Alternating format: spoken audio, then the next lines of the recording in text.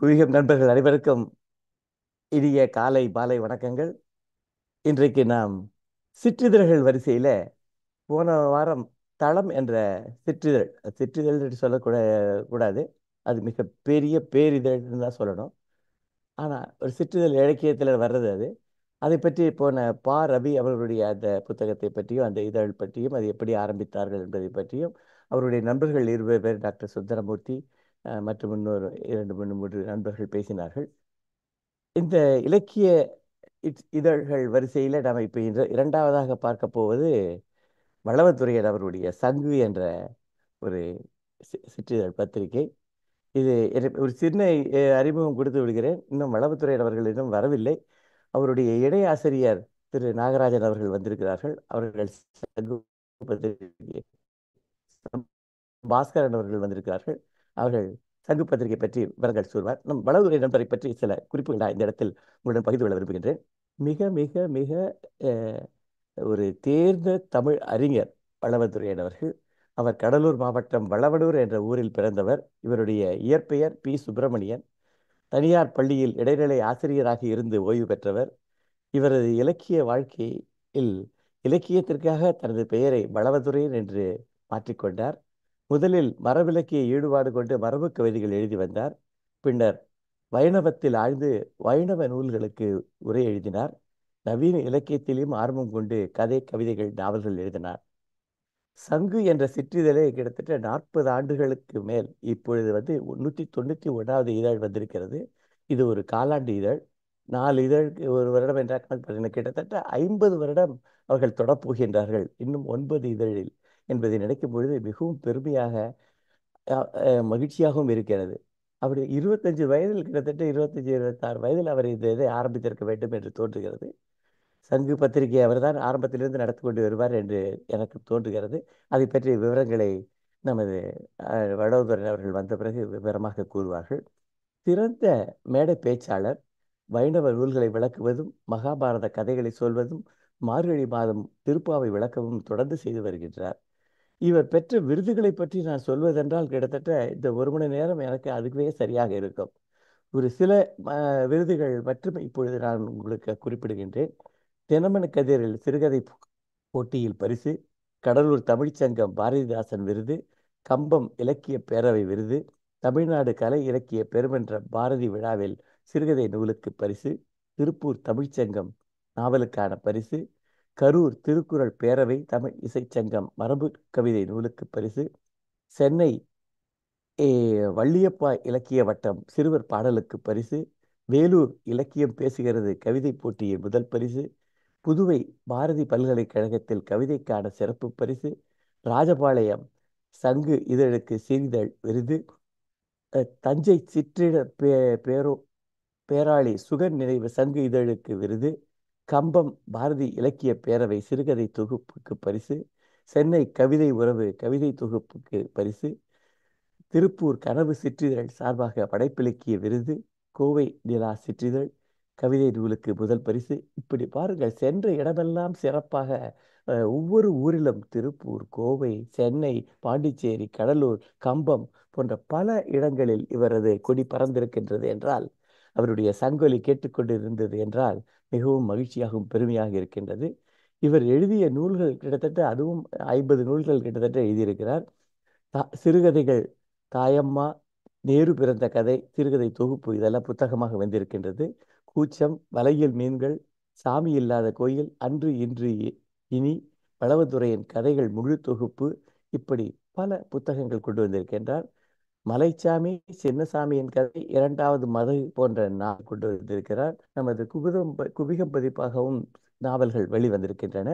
பழந்தமிழ் இலக்கியத்தில் இவரை போல ஒரு ஆராய்ச்சியாளரும் சிறப்பாக உரை எழுதக்கூடியவரும் இப்பொழுது வேறு யாருமே இல்லை என்று சொல்லலாம். அதில் சிகரங்கள், ஐங்குறுநூறு, முத்தொள்ளாயிரம் போன்ற பல நூல்களை கொண்டு வந்திருக்கின்றார். சமயத்தில் வைணவ விருந்து, ஸ்ரீ வைஷ்ணவ ஆச்சரிய வைபவம், திருக்கோளூர் பெண்பிள்ளை ரகசியம், ஸ்ரீரங்க நாயகியார் ஊசல், பெரியோர் சிந்தனைகள் போன்ற வானொலி உரைகள், இவருடைய வானொலி உரைகளையும் தொகுத்து புத்தகமாக கொண்டு வந்திருக்கின்றார். முக்திநாத் யாத்திரை பற்றியும் மரபு கவிதைகளை பற்றியும் நிறைய புத்தகங்கள் எழுதியுள்ளார். இவர் நமது குவியத்துடன் ஆரம்பத்திலிருந்தே இணைந்து பணியாற்றியவர். இவர் இவர் குவிகம் மின்னிதழில் சங்ககால பாடல்களை பற்றி ஒரு விளக்கமாக ஒன்று சொல்லி வந்தார். 10 பாட்டு 8 தொகை நூல்கள் ஒவ்வொன்றையும் பற்றி, அதாவது மொத்தம் 18 நூல்களை பற்றி ஒரு 4-5 பாடல்களை சொல்லி, அதனுடைய விளக்கமும் சொல்லி, அதனுடைய சிறப்புகளையும் சொல்லி, ஆசிரியர் பெருமையும் சொல்லி, கிட்டத்தட்ட 18 மாதங்களாக 1½ வருடமாக குவியத்தில் எழுதி மிகவும் எனக்கு மகிழ்ச்சியான ஒரு கட்டுரையாக அது அமைந்தது. அடுத்தது இப்பொழுது இந்த அடுத்த வருடத்திற்கு குவியத்தில் நீங்கள் என்ன எழுதப் போகின்றீர்கள் என்று கேட்டபொழுது, நரி விருத்தம் என்ற நூலை பற்றி எழுதலாமா என்று கேட்டார். மிகவும் பண்பாளர், மிகவும் அமைதியாளர் அவர். அவர் ஒளிச்சித்திரங்களிலும் நிறைய பங்கு பெற்றிருக்கின்றார். அவருடைய கருத்துக்கள் குறிப்பாக சுருக்கமாக டவுன் டு த பாயிண்ட் என்று சொல்வார்களே, அதை போல இருக்கும். இந்த நரி விருத்தம் என்பது திருத்தக்க தேவர் எழுதின ஒரு நூல். அது மிகவும் ஒரு ஆழ்ந்த தத்துவார்த்த நூலாக அமைந்துள்ளது. அதே சமயம் ஒரு சிறு கதை போல, குழந்தைகள் கதைகள் போல இருக்கும். அதை பற்றி கேட்பதற்காகவும் மற்ற விவரங்களை தெரிந்து கொள்வதற்காக நான் இப்போ அவளோடு காத்து கொண்டிருக்கின்றோம். இவ்வளவு பெருமைகள் படுத்துவதற்கால் நிறைய விஷயங்கள் இருந்ததுனால நான் கொஞ்சம் அதிக நேரம் எடுத்துக்கொண்டு விட்டேன். இப்பொழுது நமது வளவுதுறையின் அவர்கள் வந்து விட்டாரா? இன்னும் வரவில்லை. பாஸ்கரன் அவருடைய சங்கு பத்திரிகை இணையாசிரியர். சார், நீங்கள் அன்மியூட் பண்ணிட்டு சங்கு பத்திரிகை பற்றி இங்கே பேச ஆரம்பிங்க. பிறகு அவர் வந்த உடனே ஜாயின் பண்ணிக்கலாம்.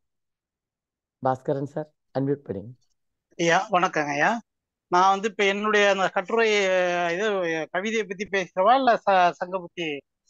அது சங்கு என்ன ஐயா? இதழை பற்றி சொல்லலாம் சார். சங்கு இதழை பற்றி தான் இன்னைக்கு பேசுறதுக்காக தான் முக்கியமானது. நீங்க அதனுடைய துணை ஆசிரியர் என்று சரி சரி. தெரியும். அதை பத்தி சொல்லுங்க சார். அதான் அதுல வந்து எனக்கு வந்து அதுல இருக்கிற இந்த வெளியீட்டுல வந்திருக்கிற கவிதைகளை பத்தி என்ன பேச சொல்லியிருக்காங்க. சொல்லுங்க சார். சரி. இப்ப சங்கு அப்படிங்கிற அந்த இலக்கிய இதழ் வந்து மிக சிறப்பாக முன்னாடி அவரு வளவ வளவனூர்ல அவருடைய பெயர் வந்து ரொம்ப அருமையா வளவனூருங்கிறதுல உள்ள எழுத்துக்களை கொஞ்சம் சேர்த்துக்கிட்டார். அண்ணாதுரை மேல இருக்கிற இதனால அதை கொஞ்சம் சேர்த்துக்கிட்டார். சுப்பிரமணியனுடைய கடைசி எழுத்துக்களை வந்து சேர்த்துக்கிட்டு வளவதுரையன் என்கின்ற ஒரு பெயர். நம்ம போனோம்னாலே அவர் வீட்டுல இருக்கக்கூடிய அந்த புகைப்படங்கள் எல்லாம் அவருடைய அடையாளங்களை நமக்கு சொல்லும். அந்த அளவுக்கு ரொம்ப ஒரு சிறப்பான ஒரு மனிதர். இன்னைக்கும் கிட்டத்தட்ட ஒரு 300 நிகழ்ச்சிகள் கடலூர்ல நடத்திருக்கோம் அப்படின்னு சொன்னா நானும் அவரும் ஒரு மனதாக இருந்து செயல்படுவதனுடைய பிரதிபலிப்பு தான் அது. ஏன்னா அவரு வந்து எந்த விதமான ஒரு அரசியலுக்கும் அப்பாற்பட்டவர். அது நல்ல மனிதர், நல்ல சிந்தனையாளர். தமிழும் அவரை தேடி வருமே தவிர விருதுகளை எல்லாம் அவர் தேடி போனதே கிடையாது. அப்படிப்பட்ட ஒரு மனிதர் தான். மிக தன்மையானவரையா, மிக அருமையான ஒரு மனிதர். எனவே அத்தகைய ஒரு மனிதரோட இணைந்து நாம் சங்கு இதழையும் இலக்கிய உலகில பயணம் பண்ணுவதையும் ரொம்ப சிறப்பாக அவரோட இணைந்து நான் மகிழ்ச்சியா செய்துகிட்டு இருக்கிறேன். அதனால இதுல நான் இந்த இந்த இதழினுடைய வெளியீட்டுல கவிதைகளை பத்தியான சில செய்திகளா அவரு நான் சொல்ல மன்னிச்சிருக்கிறார். நான் முதல்ல கொஞ்சம் கவிதைகளை பத்தியான கொஞ்சம் சில செய்திகளை சொல்லிட்டு அப்புறம் சங்கு கவிதைகளை பத்தியான சில செய்திகளை சொல்லிட்டு ஆரம்பிச்சிருவாங்களையா? ஆரம்பிக்கலாம். சரி. இன்றைய இலக்கிய பத்திரிகைகளை அறிமுகமும் அடையாளமும் படுத்தும் வண்ணமாக குவிகம் இலக்கிய அமைப்பு இணைய வழி அளவலாவலை நிகழ்த்துவது பெருமையாகவும் சிறப்பாகவும் உள்ளது. இதன் 2வது ஜூம் மீட்டிங் நிகழ்வில் பங்கேற்பதில் மகிழ்ச்சி அடைகிறேன். அவர்களை நான் மனமாற உளமாற பாராட்டுகிறேன். அனைவருக்கும் வணக்கம். தமிழ் திரு பாச்சுடர் வளவதுரையன் அவர்களை பொறுப்பாசிரியராக கொண்டு சங்கு என்னும் இலக்கிய சிற்றிதழ் கடலூரில் வெளிவந்து கொண்டிருக்கிறது. அறிமுகப்படுத்தும் இந்த நிலையில் சங்கு 191வது சிற்றிதழ் ஆகும். இவ்விதழ் அக்டோபர் 2024 முதல் டிசம்பர் 2024 வரை மும்மாத இதழாகும். 46 பக்கங்களை கொண்ட இந்த இதழில் சிறுகதை, கட்டுரை, நூல் விமர்சனம் மற்றும் கவிதை இடம்பெற்றுள்ளன. இதன் கவிதைகளை அறிமுகப்படுத்தும் இதழை அடையாளப்படுத்துவதாகவும் நான் சில செய்திகளை உங்களோடு பகிர்ந்து கொள்ளலாம் என்று எண்ணுகின்றேன். இந்த இதழில் கவிஞர்கள் நந்தவனம் சந்திரசேகரன் 2 கவிதைகள் எழுதியிருக்கிறார். பட்டுக்கோட்டை ராஜா, வலம்பூரி லேனா, எஸ் ஜெயஸ்ரீ, நாஞ்சில் நாடனின் 4 கவிதைகள் இருக்கின்றன மற்றும் விடுதலை எனும் கவிஞர்களின் கவிதைகள் உள்ளன. இவற்றுடன் சென்ற இதழின் முகப்பு அட்டைப்பட காட்சிக்கான 14 போட்டு கவிதைகள் இதுல இடம்பெற்றுள்ளன. நேரத்தை நான் கவனத்தில் கொண்டு இதழ் வெளியீட்டு கவிதைகளை மட்டுமே உங்களுக்கு அறிமுகப்படுத்த நான் முயல்கின்றேன். மரபு கவிதை, புதுக்கவிதை, நவீன கவிதை என அனைத்து வித கவிதைகளையும் சங்கு அனுமதிக்கிறது, வரவேற்கிறது. கவிதைகள் எளிமையான புரிதலுடன், கவித்துவத்துடன் இருக்க வேண்டும் என்பதில் சங்கு இதழ் உறுதியாக உள்ளது. தமிழின் படைப்பிலக்கிய வடிவங்களில் கவிதை என்னும் இலக்கிய வடிவம் பழமையும் செழுமையும் பெற்றுள்ளது. தமிழ் மொழியின் படைப்பு சிந்தனையின் தொடக்க புள்ளியிலிருந்து இன்று வரை செறிவும் சிறப்பும் பெற்றுள்ளது. செய்யுளாக, பாவாக, பாட்டாக, கவிதையாக பல பெயர்களை பொருண்மை அடிப்படையில் காலந்தோறும் கவிதை எனும் இலக்கிய கலை பெற்றுக்கொண்டே வருகிறது. கவி படைப்பாளர்களும் கவிஞன், பாவலன், புலவன் என்று பல பெயர்களை பெற்றுக்கொண்டே வருகின்றனர். யாப்புடன் எழுதப்படுகின்ற மரபு கவிதை, யாப்பில்லா கவிதை, இலகு கவிதை, கட்டில்லா கவிதை போன்ற பெயர்களையும் அவ்வப்போது கவிதைகள் பெற்று வருகின்றன. சொற்கள் நடந்து வந்தால் உரைநடை, நாட்டியமாடினால் கவிதை என்று கவியரங்கு கூறுகிறது. இலகு கவிதையை சால இளந்திரையன் உறைவீச்சு என்கிறார். கருத்துகள் தம்மைத்தாமே ஆள கற்றுக்கொண்ட புதிய மக்களாட்சி முறையே புது கவிதை என்று மேத்தா அவர்கள் கூறுகிறார். யாப்புள்ள கவிதையை வெண்பா, ஆசிரியப்பா, கலிப்பா என பலவாறு தன்மைகளுக்கு ஏற்ப கூறுகின்றனர். யாப்பில்லா கவிதையில் உத்திகள் அமைந்து செழுமைப்படுத்தும் என்ற நினை உள்ளது. கவிதை ஏதேனும் ஒன்றிற்காக அல்லது ஒன்றினை மையமாக கொண்டு இயற்றப்படுவதை நோக்கம் என்று கூறுகின்றனர். கவிதை என்பது 3 எழுத்துகளால் கட்டமைக்கப்பட்டுள்ளது. இதில் முதல் எழுத்து க என்பதுடன் 3வது எழுத்து தை என்பதை இணைத்தால் கதை என்னும் பதம் வருகிறது. இந்த சொல்லில் உள்ள 2வது எழுத்து வி என்பதோடு 3வது எழுத்தான தை என்பதை இணைத்தால் விதை என்ற பதம் வருகிறது. இந்நிலையில் படைப்பாளியின் இதய வெளியில் ஒரு கதை விதையாக விழுகின்ற போது கவிதை என்பது ஜனிக்கிறது என்பதை கொண்டு கூட்டி பொருள் சுவைக்க முடிகிறது. இப்படி இணைகின்ற அனுபவத்தை தான் மகாகவி பாரதி நெஞ்சை அள்ளும் சிலப்பதிகாரம் என்று உரத்த குரலில் கூறுகிறார். ஒவ்வொரு கவிதைக்கும் பொருளுணர் நிலை இரு வகையில் உள்ளதாக ஆய்வாளர்கள் கூறுகிறார்கள். ஒரு கவிதையை முதலில் வாசித்தவுடன் புறநிலையில் புலப்படும் பொருள்தன்மை, மீள்வாசிப்பு செய்தவுடன் அகநிலையில் உணரப்படும் பொருள்தன்மை என ஆய்வாளர்கள் கூறுகிறார்கள்.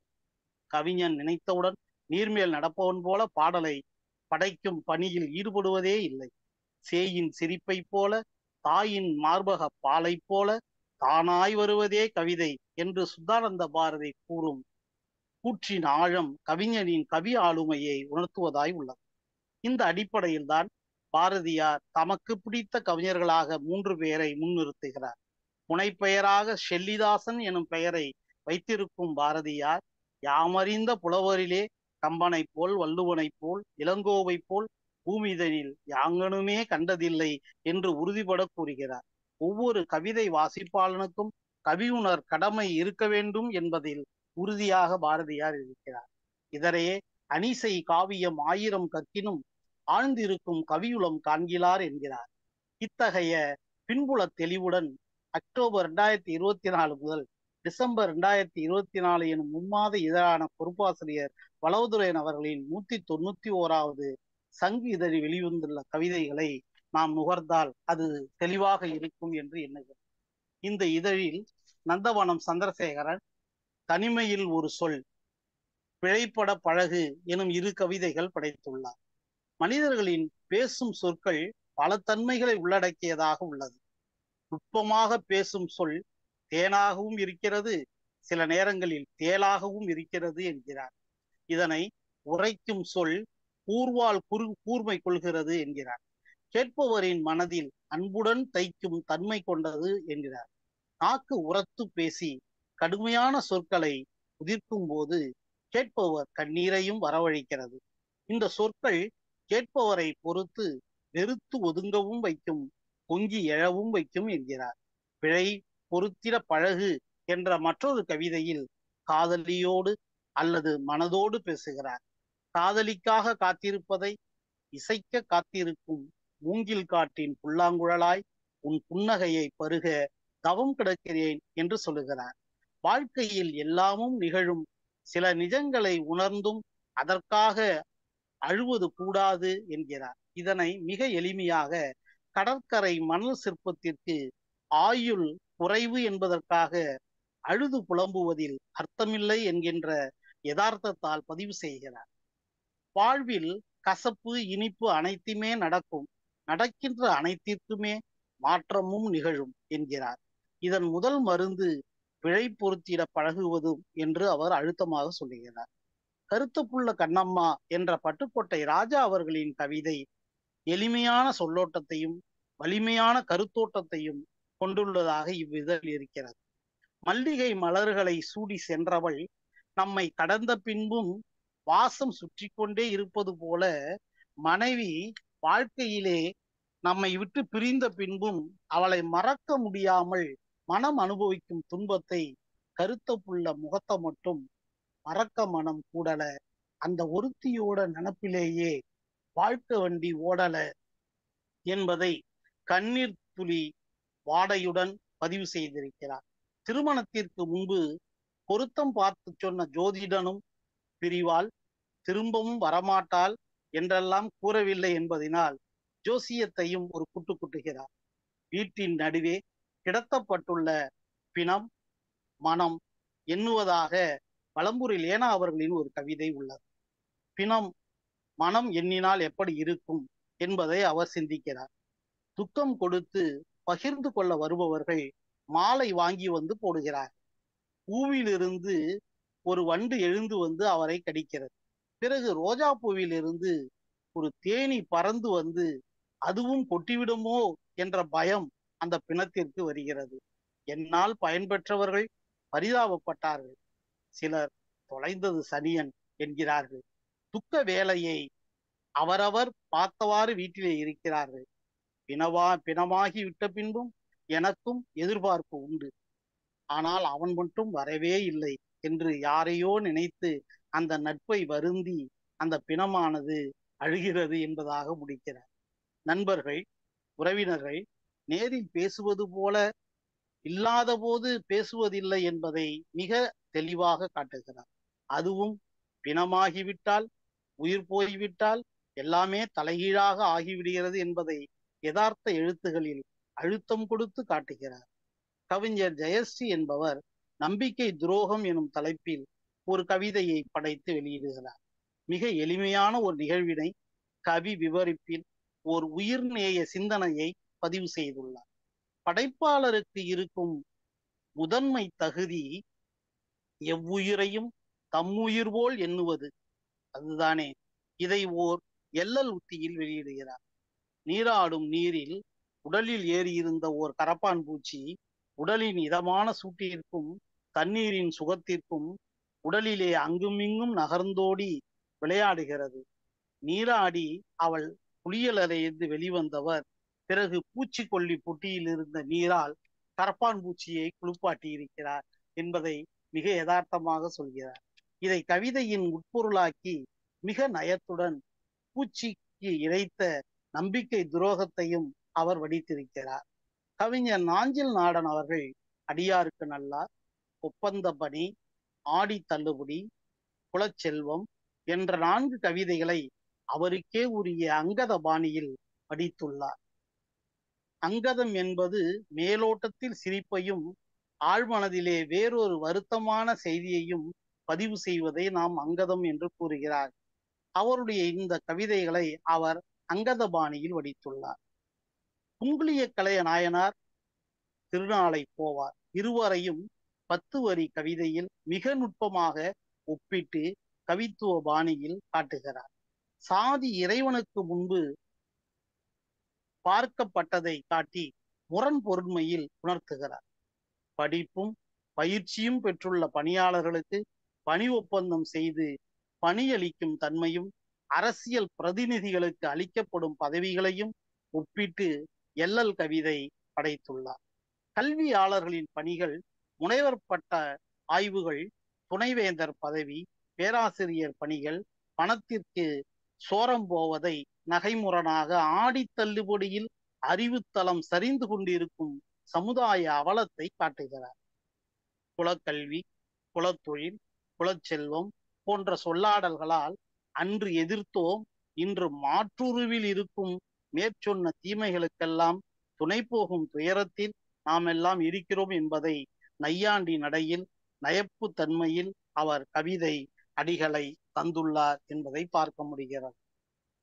தமிழ் மொழியை, தமிழர் இனத்தை அழிக்கவும் ஒடுக்கவும் காலந்தோறும் எதிர்வினையாளர்கள் செயல்பட்டு இருந்தாலும் தமிழ் மொழியை Avvaiyar, U. Ve. Sa., Caldwell, GU. Pope, இன்று வரை பலர் போன்றவர்களின் அறிவு புரட்சி தமிழரையும் காலந்தோறும் காத்தும் வளர்த்தும் வந்ததால் தமிழராய் மிளிர்கிறோம், இனியும் மிளிர்வோம் என்பதை கவிஞர் விடுதலையின் தமிழராய் மிளிர்ந்தோமே எனும் கவிதை மிக எளிய சொற்களால் அமைத்து காட்டுவதாய் உள்ளது. சங்கு இதழின் முகப்பு பட காட்சிக்காக கவிதை போட்டி 8 அடி கவிதைகள் எழுதச் சொல்லி நடத்துகிறது. வருகின்ற 10 கவிதைக்கும் மேற்பட்ட கவிதைகளை கவிதை தேர்வு வழி ஒற்றை கவிதையை தேர்ந்தெடுக்கப்படுகிறது.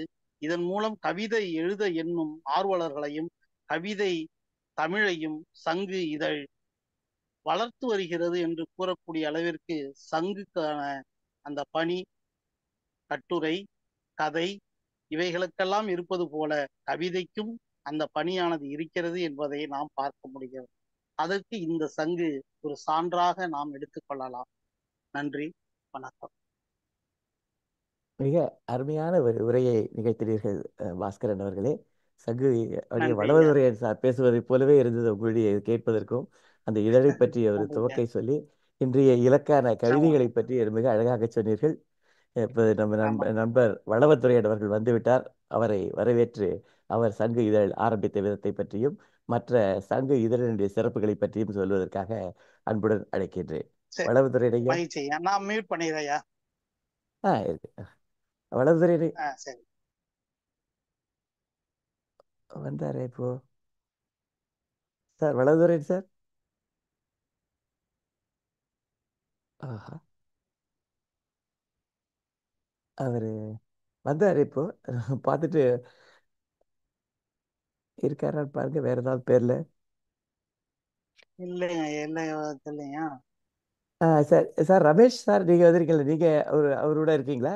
உங்க அன்மியூட் பண்ணீங்க. நீங்க இல்ல, அவர் வர்ற வரைக்கும் கொஞ்சம் நீங்க ஐயா அதை பத்தி வணக்கம். ஏதாவது. வணக்கம் ஐயா வணக்கம் ஐயா, கேட்குதா ஐயா? கேட்குதுங்க, சொல்லுங்க. கேட்குது ஐயா, வணக்கம் ஐயா. ரமேஷ் ஐயா வணக்கம். ரமேஷ் ஐயா வணக்கம். ஐயா. அனைவருக்கும் வணக்கம் ஐயா.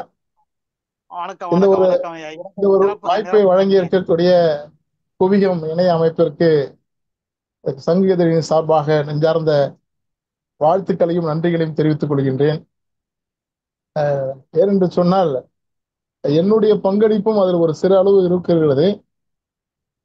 அதனால இப்படி ஒரு வாய்ப்பை கொடுப்பதால் நான் அதில் பெருமை அடைகிறேன். அந்த பெருமை அடையக்கூடிய அந்த தருணத்தில் நன்றி சொல்வது என்னுடைய கடமையாக இருக்கின்றது. ஐயா, என்னுடைய பெயர் ஓவியர் ரமேஷ்னு சொல்லிடுங்க. நான் ரமேஷ் ஆர்ட்ஸ் அண்ட் டிஜிட்டல்னு சொல்லிட்டு கடலூர்ல வச்சிருக்கோம். கடந்த 10 ஆண்டுகளுக்கும் மேலாக சங்கு இதழ் எங்களுடைய கலைக்கூடத்துல தான் அச்சடிக்கப்படுதுங்க. முழுக்க முழுக்க என்னுடைய தனிநபர் ஒரு நபரால் மட்டுமே தட்டச்சு பண்ணி அதற்கான ஓவியங்கள், படங்கள், புகைப்படங்கள் அனைத்தையும் அதுல வந்து கம்போஸ் பண்ணி என் மூலியமாகத்தான் அந்த சங்கு இதழ் முழுக்க ஒரு ஒரு சிறு தொழில் போல அதை செய்துட்டு வரோம். இந்த சங்க இதழ் பற்றி ஒரு பதிப்பகம் என்கின்ற முறையிலே என்னை பேச அழைத்திருக்கின்றீர்கள். நான் இந்த சங்கு இதழை தட்டச்சு பண்ணி இதை கொடுப்பதன் மூலமாக எனக்கு ஒரு மிகப்பெரிய ஒரு மகிழ்ச்சி எனக்கு இருக்கிறது. அதனால சங்கை பற்றி நான் மிக சரியாக சொல்ல வேண்டும் என்று நினைக்கின்றேன். இந்த சங்கு இதழில் பார்த்தீங்கன்னா நான் ஒரு 10 ஆண்டுகளுக்கு மேலாக அடித்ததுல நூற்றுக்கணக்கான படைப்பாளர்களை நான் அறிந்திருக்கிறேன். இது ஒரு பொது மேடை கூட அவர் நடத்துகிறார். இதுல வந்து எந்த விதமான பாகுபாடும் அவர் பார்ப்பதில்லை. படைப்பாளர்கள் கருப்பா சிவப்பா என்பதெல்லாம் அவர் பார்ப்பதில்லை. படைப்பை மட்டுமே அவர் பார்ப்பார். அவர் வாய்ப்புகள் வந்து திறமையானவர்களுக்கு கண்டிப்பாக வாய்ப்பு கொடுப்பார். இப்ப சமீப காலமாக பார்த்தீர்கள் என்று சொன்னால் நிறைய இளைய படைப்பாளர்களை சங்கு இதழ் அறிமுகப்படுத்திக் கொண்டிருக்கின்றது. இளைய கவிஞர்களுக்கெல்லாம் வாய்ப்பு கொடுப்பார். அந்த விதத்திலே நமது ஆசிரியர் வளவுதுரையன் அவர்களை நிச்சயமாக ஒரு பெருமைப்பட பாராட்டியாக வேண்டிய சூழல் இருக்கின்றது. சங்கு ஆசிரியர் என்பவர் ஒரு ஆசிரியராக பள்ளிக்கூடத்தின் ஆசிரியராக பணியாற்றி இலக்கிய அமைப்புகள் நடத்தி திருக்குறள் பிரச்சாரம் செய்து மிகப்பெரிய ஒரு பணியை அவர் செய்து கொண்டிருக்கின்றார். அவர் இந்த வயதிலும் கூட கணினியில் தட்டச்சு செய்து கதைகள் படைப்புகளை வெளியிட்டு இருப்பதை எல்லாம் இந்த குவியத்தோட அமைப்பினர் நீங்கள் கூறினீர்கள். எனக்கு அது மகிழ்ச்சியாக இருக்கின்றது. இது சங்கு படைப்பு என்பது ஒரு குடும்ப படைப்பு போல, குழந்தைகள்ல இருந்து பெரியவர் வரைக்கும் எவரும் படிக்கலாம். அந்த படங்களில் கூட ஒரு சிறு கவர்ச்சி கூட இல்லாத அளவிற்கு ஐயா ஆசிரியர் வளவுதுரையன் அவர்கள் அதை நுட்பமாக பார்த்து கொள்வார். ஏனென்று சொன்னால் அதில் யாரும் முகம் சுளித்து விடக்கூடாது என்பதிலே அவர் சிறப்பு இருப்பார். ஏதோ சினிமா இதழ்கள் வருவதை போல ஏதோ கவர்ச்சியை காண்பித்து காசை பறிக்கின்ற ஒரு இதழாக இருந்துவிடக் கூடாது என்பதிலே அவர் மிக நுணுக்கமாக இருப்பார். இந்த இதழை தட்டச்சு செய்வதனால எனக்கு ஒரு கூடுதல் பயன் ஏற்பட்டது என்னவென்று சொன்னால், நானும் ஒரு எழுத்தாளன் ஆகிவிடுவோனோ என்கின்ற அளவிற்கு அது என்னை அந்த உந்து சக்தியாக அது என்னை தள்ளி இருக்கின்றது. காரணம் என்னவென்று சொன்னால், அந்த படைப்பின் ஒரு மூன்றாவது வாசகனாக நான் இருக்கின்றேன். எப்படி என்று சொன்னால், எழுதுகின்ற எழுத்தாளர் முதல் படைப்பாளி, அதை அவர் வாசிக்கின்றார். அடுத்து சங்கு இதழுடைய ஆசிரியர் அதை பிழை திருத்துவதற்காக அது கதைகள் சரியாக இருக்கின்றதா, அதில் ஏதாவது தவறுகள் இருக்கின்றதா என்பதை பார்த்து என்னிடம் கொடுக்கின்றார். இரண்டாவது வாசகராக அவர் இருக்கின்றார். அடுத்து அதை தட்டச்சு செய்கின்ற பட்சத்திலே பார்க்கின்ற பொழுது அந்த படைப்பின் மூன்றாவது வாசகனாக கண்டிப்பாக நான் தான் இருப்பேன் என்பதை பெருமையோடு சொல்லிக் கொள்கின்றேன். ஆக சங்கு இதழை பணம் கொடுக்காமல் வாங்கி படிக்கக்கூடிய ஒரு வாசகனாக நான் தொடர்ந்து 10 ஆண்டுகளுக்கு, குறைந்தது 10 ஆண்டுகள், 10 ஆண்டுகளுக்கு மேலாக ஆண்டுக்கு 4 இதழ் என்று சொன்னால் கூட ஏறக்குறைய நிறைய இதழ்களை நான் குறைந்தபட்சம் ஒரு 10 ஆண்டுகள் என்று சொல்லுகின்றேன். தொடர்ந்து அந்த பணியை நாங்கள் செய்து கொண்டிருக்கின்றோம். ஐயா அவர்கள் இந்த இதழை ஒவ்வொரு இதழையும் நடத்தும் பொழுது அது ஒரு லாபகரத்திற்காக நடத்தப்படுகின்ற இதழ்கள் தான் நாட்டில் அதிகமாக இருக்கின்றது. ஆனால் ஐயாவை பொறுத்தவரை இந்த இதழை விட்டுவிட கையெழுத்து பிரதியாக இந்த சங்கு இதழை ஆரம்பித்திருக்கின்றார். சங்கு ஆரம்பித்திருக்கின்ற ஐயா அவர்கள்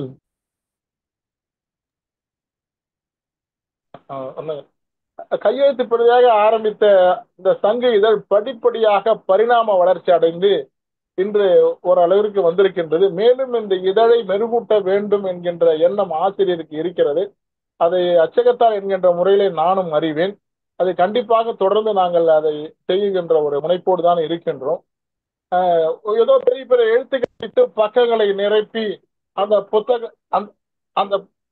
புத்தகத்தை வெளியிட்டு விட வேண்டும் என்கின்ற எண்ணம் ஆசிரியருக்கு ஒருபோதும் இருந்தது கிடையாது.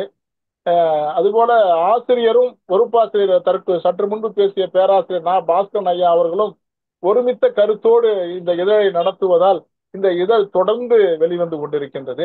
தொடர்ந்து வெளிவந்து கொண்டிருக்கின்ற சொன்னால் தீநுண்மை என்று சொல்லக்கூடிய கொரோனா காலத்தில் கூட இந்த இதழ் தடைபடவில்லை. முழு அடைப்பு காலத்திலே கூட எந்த அச்சகமும் திறந்திருக்காத, காகிதம் கூட கிடைக்காத காலகட்டத்திலே கூட இதை நாங்கள் இருப்பு வைத்திருந்து புத்தகங்களை தயார் செய்து சரியாக காலாண்டிற்கு ஒரு முறை அந்த இதழை நாங்கள் மிக சரியாக வெளியிட்டிருக்கின்றோம் என்கின்ற பெருமை எங்கள் சங்க இதழுக்கு உண்டு. சங்கு இதழ் என் சொந்த இதழாக நான் கருதுகிறேன். அந்த அளவிற்கு எனக்கு ஒரு மிகப்பெரிய உரிமை கொடுத்திருக்கின்றார். ஒரு ஐயா வளவுதுரையனை பொறுத்தவரை கலைப்பணிகளில் அவர் அதிகம் தலையிட மாட்டார். நிறைய சுதந்திரம் கொடுப்பார். அந்த விதத்திலே கவிஞர்கள் படைப்பாளராக இருந்தாலும் எந்த கலைஞராக இருந்தாலும் சரி முழு சுதந்திரம் கொடுப்பார். அந்த விதத்திலே அட்டை படத்தை நான் ஐயாவிடம் ஒப்புதல் கேட்கின்ற பொழுது அவருக்கு ஏற்றார் போல்தான் நானும் அட்டை படத்தை தேர்வு செய்து ஐயாவிடம் காண்பித்தது வழக்கம். உள்ளே இருக்கின்ற படைப்புகளுக்கான ஓவியங்கள், கதை சார்ந்த ஓவியமாக இருந்தாலும் சரி, அது கவிதை சார்ந்த ஓவியமாக இருந்தாலும் சரி, என்னுடைய அறிவுக்கு சிற்றறிவுக்கு எட்டிய அளவிலே அந்த ஓவியங்களை எல்லாம் தயார் செய்து அந்த ஓவியங்களை திருத்தங்களை செய்து ஐயாவிடம் சமர்ப்பிக்கின்ற பொழுது 99% அவரை சரியாக இருக்கின்றது என்று சொல்லக்கூடிய அளவை நான் செய்து வந்து விடுவேன். அவரும் அதை முழு மனதோடு ஏற்று அவர் சுதந்திரம், அந்த சுதந்திரம் தான் நம்ம அவர்கிட்ட ரொம்ப முக்கியமான விஷயம். எழுத்துப்பிழை பார்ப்பதற்கு கூட நாங்க ஒரு பிரதி எடுத்து ஐயாவிடம் கொடுப்பது கிடையாது. ஆசிரியரிடமோ துணை பொறுப்பாசிரியரிடமோ நாங்கள் ஒரு பிரதி கொடுப்பது கிடையாது. அவர்களே என்னுடைய கணினி முன்பாக அமர்ந்து ஒவ்வொரு பக்கமாக படித்து பிழைகளை திருத்தி விடுவார்கள். அது பிழையை திருத்துவதற்காக நாள் கணக்கில் எடுத்துக் கொள்வார்களா என்று கேட்டால் அதுவும் கிடையாது. அதிகபட்சம் 2 மணி நேரத்தில் இருந்து 3 மணி நேரத்திற்குள் பிழை திருத்தம் 40 பக்கத்திற்கும் செய்து விடுவார்கள். தெளிந்த நீரோடை போல எங்கே மெய்யுற்று விட்டிருக்கின்றது, எங்கே எழுத்துப்பிழை விட்டிருக்கின்றது, குறைகள் மட்டும்தான் அவருக்கு சரியாக தெரியும். எழுத்துப்பிழைகள் மிக நுணுக்கமாக அந்த பணியை அவர் நம்மளிடமிருந்து வாங்கி விடுவார். அந்த அளவிற்கு மிக அனுபவஸ்தாரியாக இருப்பார். மிக ரொம்ப எதேச்சியாக அமர்ந்து கொண்டு மிக ஏதோ தேநீர் கடையில அமர்ந்து கொண்டு தேநீர் சாப்பிடுவதை போல அந்த பிழை திருத்தத்தை அவ்வளவு அழகாக அவர் சுதந்திரமாக நமக்கெல்லாம் அந்த பணியை கொடுப்பதில் மிகப்பெரிய வல்லவராக இருக்கின்றார். பெரிய பெரிய எழுத்துக்களை போட்டு அச்சடிப்பதில் அவருக்கு விருப்பம் கிடையாது. அதனால் நீங்கள் பார்த்தீங்கன்னா ஒரு சின்ன குறை கூட உங்கள் மனதில் இருக்கலாம். எழுத்துக்கள் கொஞ்சம் அளவிலே சிறியதாக இருக்கலாம், நீங்க கருதலாம். ஆனால் நிறைய படைப்புகள் அந்த 40 பக்கத்திலே அடங்கியாக வேண்டும் என்கின்ற கட்டாயத்தின் அடிப்படையிலே அவர் அதை செய்கின்றார். நானும் அதை மனம் உவந்து ஏதோ ஒரு 2 நாள் தட்டச்சு பணி கூடுதலாக இருக்கிறதா என்று வருத்தப்படுவது கிடையாது. இன்னும் படைப்புகள் கூடுதலாக இருக்க வேண்டும் என்றுதான் நாங்கள் நினைப்போம். ஆரம்பத்தில் அட்டைப்படத்தை தேர்வு செய்து நாங்கள் போடுகின்ற பொழுது நிறைய வாசகர்கள் அட்டைப்படத்தை பாராட்டியும் அது எண்ண மேடைகளை எழுத ஆரம்பித்தார்கள். அதன் பலனாக அட்டைப்படத்திற்கும் கவிதை எழுத வைக்கலாமே என்று ஆசிரியர் என்னிடம் பேசினார். தொடர்ந்து உங்களால் இது போன்ற அட்டைப்படங்களை தர முடியுமா ஏனென்று சொன்னால் நம்ம அட்டைப்படத்திற்காகவே ஓவியம் கவிதைகளை கேட்கக்கூடிய ஒரு சூழலை ஏற்படுத்தலாம் என்று இருக்கின்றோம் என்று ஒப்புதல் கேட்டார்கள். கண்டிப்பாக நான் நிறைவேற்றி தருகின்றேன் என்ற ஒப்புதலை ஆசிரியரிடத்திலும் பொறுப்பாசிரியரிடமும் கொடுத்த பலனாக தொடர்ந்து கவிதை எழுதக்கூடிய அளவிலே அட்டைப்படங்களை ஓவியமாக தேர்வு செய்து நாங்கள் தொடர்ந்து அச்சிட்டு வருகின்றோம். 30 ரூபாய்க்கு 40 பக்கங்களை கொடுக்கக்கூடிய இதழ் கண்டிப்பாக வேறு எங்கேயுமே தமிழ்நாட்டில் பார்க்க முடியாது. அதுல பார்த்தீங்கன்னா ஒரு 30-40 படைப்பாளர்களுக்கு ஒவ்வொரு இதழுக்கும் வாய்ப்பு கொடுத்துருவார்கள். அட்டைப்பட கவிதை எழுதுவதிலிருந்து சரி, கவிஞர்களுக்கு சரி, சிறுகதை, கட்டுரைகள், எண்ண மேடகை, இப்படி படைப்புகள் பார்க்கின்ற பொழுது ஒரு 30 படைப்பாளர்களுக்கு ஒரு புத்தகத்துல வாய்ப்பு கொடுத்துட்றாரு. இது எவ்வளவு பெரிய விஷயம் பார்க்கணும். ஒரு இன்றைய காலகட்டத்துல எல்லாரும் கணினி யுகமாயிருச்சு. வாட்ஸ்அப், பேஸ்புக்னு எல்லாம் போயிட்டாங்க.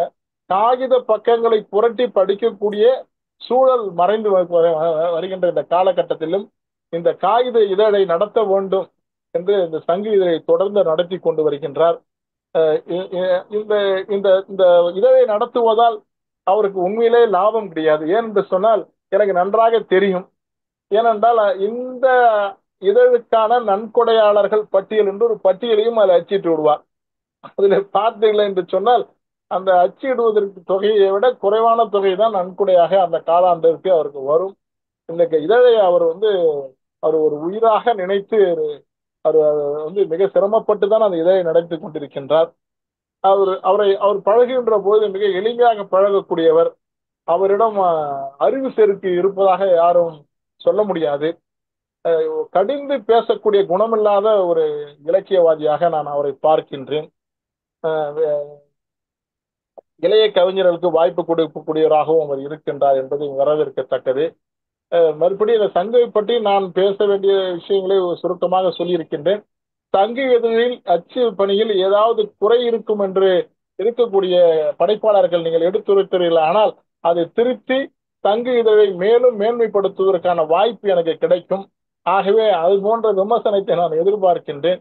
நீங்கள் சுட்டி காட்டினால் அதை திருத்திக் கொள்வதற்கு தயாராக இருக்கின்றேன். ஏனென்றால் இதழ் செழுமையாக வர வேண்டும் என்பதிலே நானும் அதில் ஒரு குறியாகத்தான் இருந்து கொண்டிருக்கின்றேன்.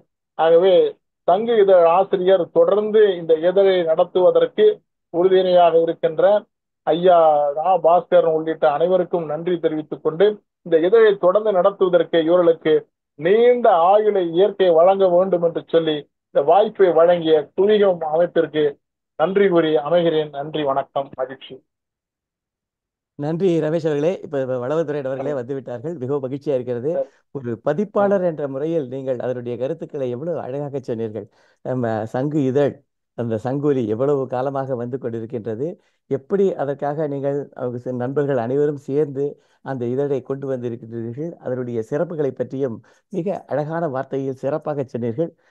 இப்பொழுது நமது வளவுதுரையன் அவர்கள் சங்கு இதழை பற்றியும் எப்படி எனக்கு பிடித்த ஒரு ஆசிரியர் வணிக பத்திரிகை ஆசிரியர் எஸ்ஏபி அவர்கள், குமுதத்தின் ஆசிரியர். அவர் எப்படி பின்புலத்தில் இருப்பார், அவர் தன்னை முன்னணிக்கே கொண்டு வர மாட்டார். அதே போல வளவுத்துறையின் தனது இரு நண்பர்களை முதலில் அழைத்து இங்கு பேசச் சொல்லி சங்கின் சிறப்பை பற்றி சங்கு ஒலியுடன் பேசச் சொல்லிவிட்டு இப்பொழுது அவர்கள் வந்திருக்கிறார்கள். அவர் ஒரு சிறந்த பேச்சாளர். அவர் சங்கு இதழை பற்றியும் மற்ற விவரங்களை பற்றி கேட்பதற்காக மிக ஆவலுடன் காத்துக் கொண்டிருக்கின்றோம். வளவுதுரையன் ஐயா அவர்கள். ஐயா வணக்கம். கேக்குதா? கேட்குது சார். ஐயா வணக்கம். வணக்கம் சார். வணக்கம். எல்லோருக்கும் கேட்கிறதா? கேட்குது சார், நீங்க சொல்லுங்க சார். எல்லோருக்கும் வணக்கம். இணையதளம் எனக்கு கிடைக்கலைங்க, மன்னிக்க வேண்டுகிறேன். ஜியோவும் போட்டு பார்த்தேன், பிஎஸ்என்எலும் போட்டு பார்த்தேன், ஒண்ணுமே சரியா இங்க வரல. அந்த வகையில என்னுடைய நண்பர்கள் கூட்டத்தை தொடங்கி வைத்ததிலே மிகவும் மகிழ்ச்சி. முதலில் இந்த நிகழ்ச்சியை இவ்வாறு திட்டமிட்ட குவிகம் இலக்கிய அமைப்பிற்கு எனது நெஞ்சார்ந்த நன்றிகளை தெரிவித்துக் கொள்கிறேன். ஏனென்றால் சிற்றிதழ்களை மதித்து என்ற ஒரு நிகழ்ச்சி அமைப்பது என்பது இந்த காலத்திலே ஒரு அரிதான செயல். குவிகம் எப்பொழுதுமே எதையுமே புதிதாகத்தான் செய்து கொண்டிருக்கிறது. அந்த வகையிலே இது ஒரு புதிதான அமைப்பு. சென்ற தடவையிலே ஆரம்பித்தாங்க, சென்ற தடவை தடம் இதை நடத்தினது. இந்த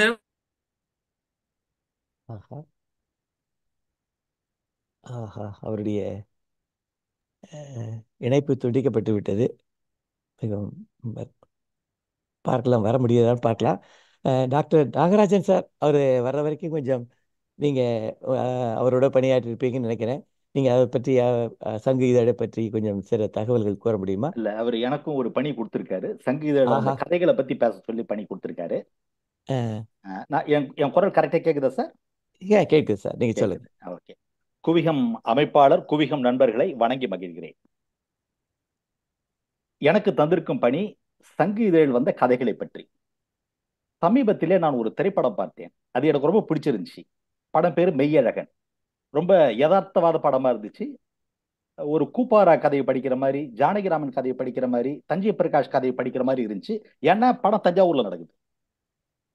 கதை ஹீரோ ஒரு 30 வருஷம் கழிச்சு தன்னுடைய சொந்த ஊருக்கு போறான். சொந்த ஊர்ல இருந்து வெளியூர் மெட்ராஸுக்கு வந்துட்டான், செட்டில் ஆயிட்டான். ஒரு 30 வருஷம் கழிச்சு போறான். அங்க அவனுக்கு ஏற்படுற அனுபவம் தான் திரைப்படம்.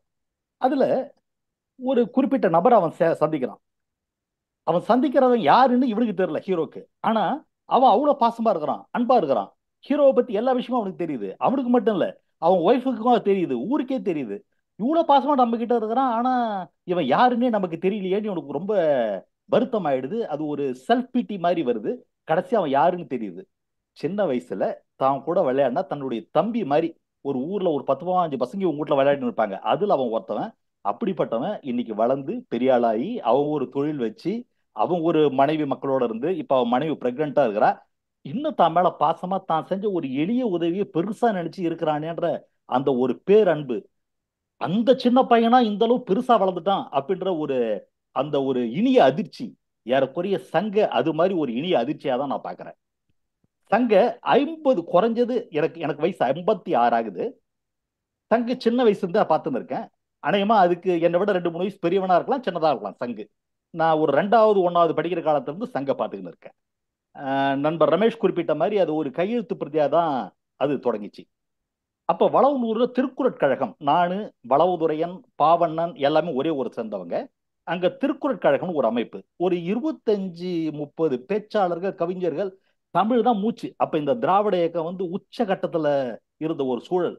எல்லாம் உயிரை கொடுத்து எல்லாம் பண்ணுவாங்க. அப்பதான் இந்த சங்க இதழ், அது கையெழுத்து இதழ்.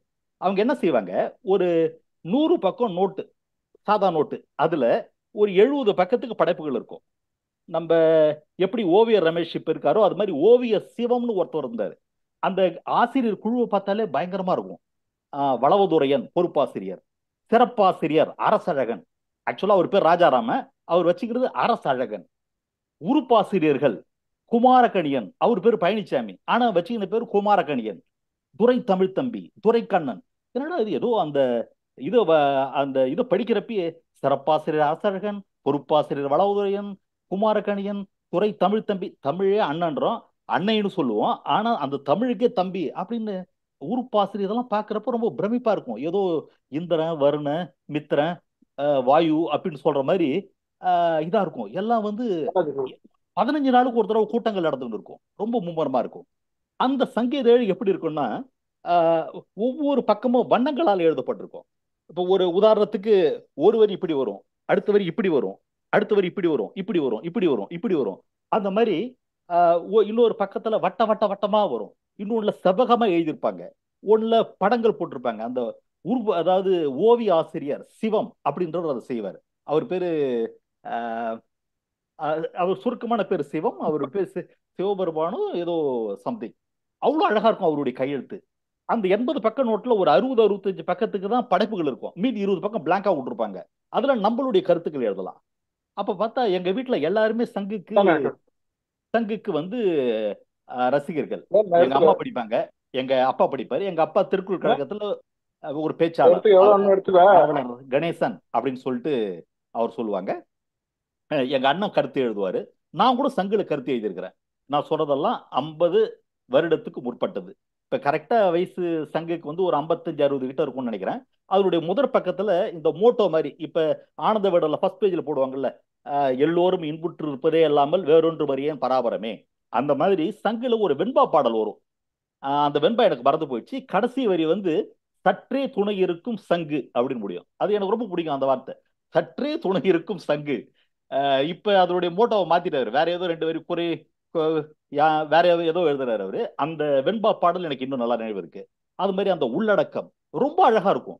அதுல வந்து கவிதைகள், மரபு கவிதை, புது கவிதை, பலவித விவாதங்கள் இது மாதிரி எல்லாம் வரும். எனக்கு இன்னும் ஞாபகம் இருக்கு. இந்த நியாயும் நியாயும் யாராகியரோ எந்தையும் நுந்தையும் வெம்பழறிவோம் அந்த பாட்டுல வர்ற செம்புல பெயல் நீர் போல அன்புடை நெஞ்சம் தாம் கலந்துருவேன்ற அந்த செம்புல பெயல், செம்புலம்னா சிவந்த புலமா செம்மையான புலமான்னு பெரிய சண்டை. அந்த 30 புலவர்கள் கிட்ட பாதி பேர் வந்து அது சிவந்த புலம் செம்மண் பூமி அப்படின்றாங்க, மீதி பாதி பேர் வந்து அது செம்மையான பூமின்றாங்க. இவங்களுக்குள்ள சண்டை எப்படி இருக்குன்னா, இந்த திமுக காரங்க அதிமுக காரங்க அடிச்சுக்கிற மாதிரி, பிஜேபி காங்கிரஸ் அடிச்சுக்கிற மாதிரி அடிச்சுக்குவாங்க. எனக்கு சின்ன பையனா ஒரு 4வது 5வது படிக்கிற பையனா தோணும், என்னங்க இதுக்கு போய் இவ்வளவு கஷ்டப்பட்டு அடிச்சுக்கிறாங்க இவங்க. அதாவது இவரை பார்த்து அவரும் முறைச்சும் போவார். அதாவது இலக்கியத்தை வந்து தன்னுடைய உள்ளுணர்வால அப்படியே அதிலேயே ஆழ்ந்துட்டவங்களால தான் இந்த மாதிரிலாம் முடியும். அப்படிப்பட்ட ஜாம்பவான்கள் அந்த வளவுநூல்ல இருந்து தொடங்குற சங்கு இங்க வந்திருக்கு. இப்ப இந்த விழாவில் இப்ப பாஸ்கரன் ரமேஷ்லாம் அவர் கூட பணியாற்றுறவங்க ஏறக்குறைய ஒரு 50-60 பேச்சாளர்கள் கடலூர்லயே இருக்கிறாங்க. அதை விட்டு பாண்டியில என்னையா அவர் கூப்பிட்டுருக்காருன்னு எனக்கு தெரியல. நான் என்ன நினைக்கிறேன்னா, ஒரு வாசகனா என்ன கூப்பிட்டுருக்காரு. அந்நிய சங்கு படிச்ச ஒரு வாசகனா இங்க வந்திருக்கேன். உண்மையிலேயே எனக்கு பிரமிப்பா இருக்குது. அந்த 80 பக்க நோட் புக்கில் ஆரம்பிச்சது இன்னைக்கு என்னடான்னா இதுல தேவதேவன் எழுதுறாரு, இந்த இதழிலே நாஞ்சில் நாடன் எழுதுறாரு, சுப்பரபாரதி மணின்னு எழுதுறாரு, பாவண்ணன் எழுதியிருக்கிறாரு. எங்க அது சங்கு எப்படி அந்த எப்படி மெய்யழகன் படத்துல அவன் அந்த பயனாடா இன்னி அப்படின்னு சொல்லிட்டு மெய்யழகனை கதை ஹீரோ கட்டிக்கிறானோ அந்த மாதிரி நான் பார்த்த சங்கா இது அப்படின்ற பிரமிப்பு அளவு இது போய்கிட்டே இருக்கு. நிச்சயமா அதுக்கு ஒரு 60வது ஆண்டெல்லாம் வரும். அதை பிரம்மாண்டமா கொண்டாடணும் அப்படின்றது என்னுடைய ஆசை. அது எத்தனை வரும் நிச்சயமா ஒண்ணு என்னை விட சங்கு பெருசா இருக்கணும், 2-3 வயசு பெருசா இருக்கலாம், இல்ல சின்னதா இருக்கலாம். ஓகே. இப்ப எனக்கு கொடுக்கப்பட்ட பணி கதைகள். இப்ப 44 பக்கம், 40 பக்கத்துல 30 படைப்பாளர்கள் அறிமுகப்படுத்துறதா ஓவியர் ரமேஷ் சொன்னாரு. இன்னும் ஒரு தகவல், 44 பக்கம் இருக்கிற இந்த சங்கு, இந்த இதழின் சங்குல குறைஞ்சது ஒரு 35 பக்கம் கதையும் கதையை சார்ந்த விஷயங்கள் தான் வருது. அதுதான் வந்து யாருக்குறைய நான் முக்கா சங்கை இப்ப ரெப்ரசென்ட் பண்றேன். இதுல நேரடியா ஒரு 2 கதைகள் வந்திருக்கு. பெரிய காரியம் அப்படின்னு நெகிலன் அப்படின்றது ஒரு கதை, ரொம்ப நல்லா இருக்கு கதை. சின்ன கதை. 3 சகோதரிகள், உடன்பிறந்த சகோதரிகள். அந்த 3 பேரையும் வளர்த்தவர், அப்பா மாதிரி ஸ்தானத்துல இருந்து வளர்த்தவர் அண்ணன். அந்த அண்ணனுடைய பையன் சின்ன வயசுல இறந்துடுறான். அந்த சாவு வீட்டுல வந்து நடக்கிற நிகழ்ச்சி தான் கதை. ரொம்ப நல்லா இருக்கு. உலகத்துல 2 விஷயம் இருக்கு. ஒண்ணு சம்பிரதாயம், ஒரு சாவு வீட்டுக்கு போனா எப்படி இருக்கணும், அந்த சூழல் இருக்கணும். நம்மளுடைய அதாவது நம்ம இதை வந்து அங்க பெருசா இது பண்ண, என்னடா இது எனக்கு இந்த நேரத்துல காய் போட்டு தரலையா, இந்த நேரத்துல சாப்பாடு தரலையா எல்லாம் கேட்கக்கூடாது. அங்க என்ன சூழ்நிலையோ அதை நம்ம பார்த்துக்கணும். அதே நேரத்துல யதார்த்தம்னு ஒண்ணு இருக்குது. அந்த மாதிரி இந்த 3 சகோதரிகள ஒரு சகோதரி செல்வி, அவ தான் கதை சொல்லி, அவளுக்கு பசிக்குது. என்ன பணம் இன்னும் வந்து சேரல. அது வரைக்கும் எவ்வளவு நேரம் காத்துன்னு இருக்கிறது. அப்ப அவ தனியா போய் மத்தவங்க கிட்ட சொல்லாம சொன்னா அசிங்கமாயிடுமோன்னு தனியா ஹோட்டல்ல சாப்பிட்டு வந்துடுறான். அதை பத்தி உணர்வு தான். ரொம்ப நல்ல கதை இதா இருக்கு. இன்னும் கூட அதை கொஞ்சம் பெருசா அவர் எக்ஸ்டெண்ட் பண்ணியிருக்கலாம். கொஞ்சம் சைஸை பெருசாக்கி இன்னும் பல சம்பவங்களை சேர்த்திருக்கலாம். கடைசியில வந்து ஏன்டா நம்ம தனியா போய் சாப்பிட்டு வந்தோன்ற குற்ற உணர்வுல அவளே ஆளாகிறா. அந்த பணம் வர்ற வரைக்கும் ஒவ்வொருத்தரும் ஒவ்வொரு மாதிரி இருக்கிறாங்க. அது வந்து அடுத்த நிமிஷம் எல்லாம் எமோஷனல் அது கூட கனெக்ட் ஆகுறாங்க. ரொம்ப நேச்சுரலா கதை இருக்கு. நல்ல ஒரு கதை. அடுத்து ஷோஃபி அப்படின்ற ஒரு கதை. ஜார்ஜ் ஜோசப் அப்படின்றவர் எழுதியிருக்காரு. ஒரு அனாதை இல்லத்துல நடக்கிற ஒரு கதை. ரொம்ப நீண்ட கதையாவே தந்திருக்காரு. இது ஒரு புதிய தளமா, ஒரு புதிய களமா இருக்கு. பொதுவா அனாதை ஆசிரமத்தை வச்சு நிறைய கதைகள்லாம் வந்த மாதிரி எனக்கு தெரியல. அப்ப வந்து அங்க அப்பா சித்தப்பாவோட ஏதோ டொனேஷன் கொடுக்கவோ என்னமோ போறான் ஒரு பையன். அவன் தான் கதை சொல்லி அங்க ஒரு சின்ன வயசு பொண்ணை பார்க்கறான். இவன் வயசு ஏத்த மாதிரி ஒரு பொண்ணை பார்க்கறான். அந்த பொண்ணு ஒரு மாதிரி கிழக்கிந்திய சைடு அஸ்ஸாம் அந்த மாதிரி ஏரியா பொண்ணு மாதிரி இருக்கிறா. அவன் அந்த அனாதை ஆசிரமத்துல வளர்றா. அவளை பார்த்து இவனுக்கு ஒரு ஈர்ப்பு, வந்து ஒரு அன்பு, நேசம், ஈர்ப்பு அந்த மாதிரி இதா இருக்கலாம். அப்புறம் வந்துடுறாங்க. பல ஆண்டுகளுக்கு அப்புறம் திரும்ப போறப்ப அந்த இதே அனாதை ஆசிரமத்தினுடைய ஓனரே இறந்துடுறாரு. அப்ப எப்படி சூழல் இருக்கு அப்படின்னு இந்த கதை வந்து ரொம்ப டிஸ்கிரிப்ஷன் பிரமாதமா இருக்கு. அந்த ஒரு சூழல், அனாதை ஆசிரமத்துக்கு போறப்ப அங்க எப்படி இருக்கும், அந்த டேபிள் எப்படி இருக்கு, அந்த நுழைவாயில் எப்படி இருக்கு, அதெல்லாம் ரொம்ப அழகா அந்த ஒரு நேர்த்தியான ஒரு நல்ல லாவகமா எழுதுறார். அது மாதிரி நிறைய மறைபொருள்கள். இதை நாவலா கூட இவர் விரிச்சு எழுதலாம். இதே ஜார்ஜ் ஜோசப்பே எழுதலாம். ஏன்னா நம்ம அனாதை ஆசிரமத்துக்குன்ற பாக்குறப்ப அதுல பல பக்கங்கள் கிட்டத்தட்ட வருது.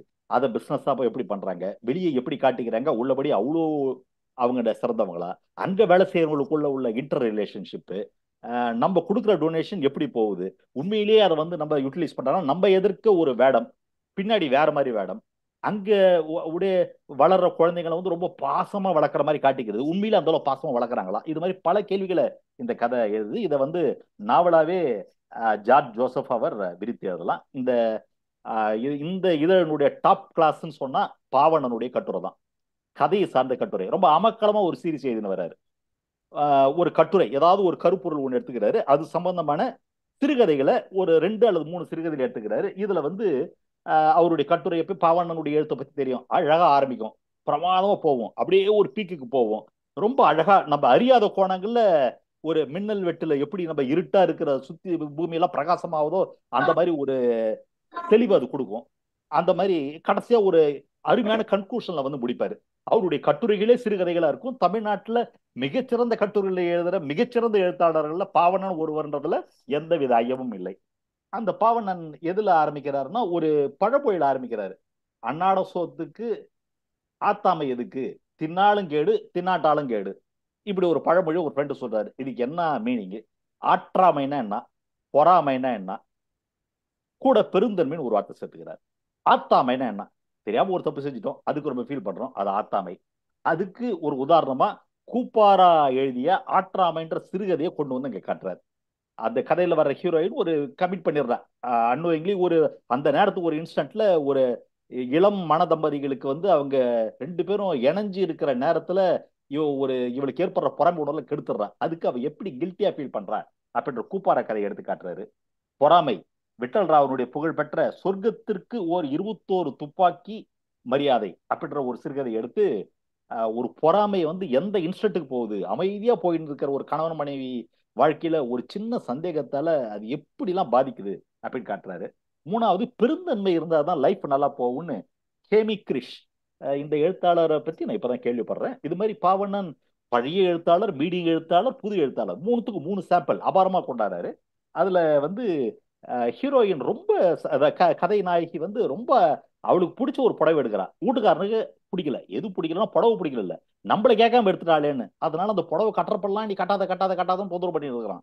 கடைசியில புருஷனை ஒரு நாள் சேர்த்துடுறான். இந்த எண்ணத்தால தான் அவன் நம்மளை கட்டாமன்னு சொன்னான்னு தெரியும். இருந்தாலும் அவன் இருந்த வரைக்கும் அவன் கட்டாதன்னு சொன்ன புடவைய தனக்கு பிடித்திருந்தாலும் கட்டாமல் இருக்கிறார். இதையும் பாவனை எடுத்து காட்டாரு. இந்த பெருந்தன்மை தான் பற்றென்ப அந்த கதை பேரு. இந்த 3 கதையை சொல்லி ரொம்ப அழகா முடிக்கிறார். கதையை சார்ந்து சில கட்டுரைகளும் வந்திருக்குது. நாய்க்கடி அப்படின்னு புகழ்பெற்ற ஆங்கில மற்றும் தமிழ் எழுத்தாளர் புதுவை சேர்ந்த ராஜா எழுதின ஒரு கட்டுரை, சிலுவையை சுமக்கும் எண்ணங்கள் அப்படின்னு சுப்பரபாரதி மணியனுடைய சிலுவைன்ற ஒரு நாவல் வெளிவந்திருக்கு. அது அவருடைய 100வது படைப்புன்னு சொல்றாரு. அந்த நாவல் எழுதுனதை பத்தி ஒரு 3 பக்க கட்டுரை, எப்படி அந்த நாவல் உருவாச்சு, ஏன் உருவாச்சு அப்படின்னு சொல்லிட்டு சுப்பரபாரதி மணியன் அதை எழுதியிருக்கிறாரு. 4 மதிப்புரைகள் வந்திருக்குது. ஹரிணியோடைய கனை எரி அப்படின்ற நூலை பத்தி, சக்தி அருளானந்தம் எழுதிய கல்பூக்கும் கோலம் அப்படின்ற ஒரு கவிதை நூலை பத்தி, அடுத்து ஒரு சிறார் பாடல் யூ யூ யூ அப்படின்ற ஒரு சிறார் பாடலை பத்தி, பிரபஞ்சன் சில நினைவுகள் அப்படின்னு புதுவை ராஜா இவங்க எழுதுன பத்தி 4 பதிப்புரைகள் வந்திருக்கு. ஏறக்குறைய 44 பக்கத்துல 34 35 பக்கம் கதைகள் கட்டுரைகள் இதை பத்தியே வந்துகிட்டு இருக்கு. அந்த வகையில ஏறக்குறைய 50 ஆண்டுகளை தாண்டி இங்க வந்து இருக்கிற சங்க, ஆரம்ப காலத்துல இன்னும் கூட எங்க அக்கா எல்லாம் சங்கு வருதா அப்படின்னு கேட்பாங்க. அந்த அளவு என்னுடைய மனமார்ந்த, அந்த காலத்துல எங்க வீட்டுல அம்புலி மாமா, ரத்னபாலா அதெல்லாம் வரும். அது கூடயே சங்கு இருக்கு. எனக்கு சங்கு ரொம்ப பிடிக்கும். அது பிரிண்டடு, இது கையால் எழுதிருக்கு, கலர் கலர் வண்ணங்கள்ல, அழகழகான ஓவியங்கள்ல. நம்ம சின்ன பசங்களுக்கு எப்பயுமே எழுத்துக்களை விட படங்கள் ரொம்ப பிடிக்கும். அப்போ 1வது 2வது படிக்கிறப்ப எனக்கு அவ்வளோ ஆசையா அதை எடுத்து படிப்பேன். அப்புறம் கொஞ்சம் வளர்ந்த அப்புறம் அது கருத்துக்களும் எழுதியிருக்கிறேன். அந்த சங்கு இன்னைக்கு வளவனூர் விட்டு கடலூர் போய் அங்கிருந்து குவிகம் பேர்ல உலகம் பூரா பரவுதுன்றப்ப எப்படி மெய்யழகன்ல அந்த கார்த்திக்ன்ற பார்த்து, நீயாடா பொட்டேட்டோ, நீயாடா இந்த அளவு வளர்ந்துருக்கிற அப்படின்னு கதை நாயகன் கட்டி அணைச்சிக்கிறானோ, அதே மாதிரி சங்கை நான் கட்டி அணைத்துக் கொள்கிறேன். அங்க இப்ப சிறப்பாசிரியர் அரசழகன் இல்ல, காலமாயிட்டாரு. உறுப்பாசிரியர் எல்லாம் 75 85 வயசுல இருக்கிறாங்க. ஆனால் பொறுப்பாசிரியராக இருக்க வளவுதுரையன் எப்படி அவருக்கு 2 பிள்ளைங்க, எழிலன் முகிலன் கூட அள்ளி, அந்த 4வது பிள்ளைய சங்கையும் வச்சு அதையும் வளர்த்து இந்த அளவு 56 57 வயசுக்கு கொண்டு வந்து நிறுத்தி இருக்கிறார் அப்படின்ற போது சங்கின் வாசகன் என்ற முறையிலே அவரை வணங்குகிறேன். உலகம் பூரா எங்க சங்க பத்தி கொண்டு போன குவியத்தினுடைய அமைப்பாளர் இந்த கூட்டத்துக்கு வந்திருக்கிற எல்லா நண்பர்களையும் மிகுந்த மகிழ்ச்சியோடு நான் வணங்குகிறேன். எனது தந்தையார் இருந்தா ரொம்ப சந்தோஷப்பட்டிருப்பார். அவரும் சங்கு பத்திரிகை ஒரு வாசகர். அந்த வகையிலே அனைவருக்கும் எனது நன்றியை தெரிவித்துக் கொள்கிறேன். இதுல என்னையும் கூட்ட பேச விட்டது எனக்கு ரொம்ப மகிழ்ச்சி. நன்றி. நன்றி டாக்டர் நாகராஜன் அவர்களே, ரொம்ப சிறப்பாக சொன்னீங்க. வளவுத்துறையன் அவரால் வர இயலாவிட்டாலும் அவருடைய நண்பர்கள் 3 பேரை அனுப்பிச்சு ஒரு சிற்றிதழை எப்படி விமர்சனம் செய்ய வேண்டும் என்பதற்கு நமக்கு ஒரு உதாரணமாக காட்டிவிட்டு சென்றிருக்கின்றார். அவர் வர இயலவில்லை, அதுக்காக வருந்துகிறோம். ஆனால் நிச்சயமாக அடுத்த முறை அவர் வந்து வளவுத்துறையன் அவர்கள் இன்னும் விளக்கமாக மற்ற சமயங்களில் நம்முடன் பகிர்ந்து கொள்வார். ஆனால் இன்றைக்கு பாருங்க, ஒரு சிற்றிதழில் முக்கியமான வர வேண்டியது கவிதை, கதை, கட்டுரை, அதனுடைய அமைப்பு. இதை பற்றி 3ஐயும் பற்றி 3 நபர்களை பற்றி பேச வைத்தார் பாருங்க. பாஸ்கரன் ஐயா அவர்கள் அதில் உள்ள கவிதையினுடைய சிறப்புகளை பற்றி சொன்னார்.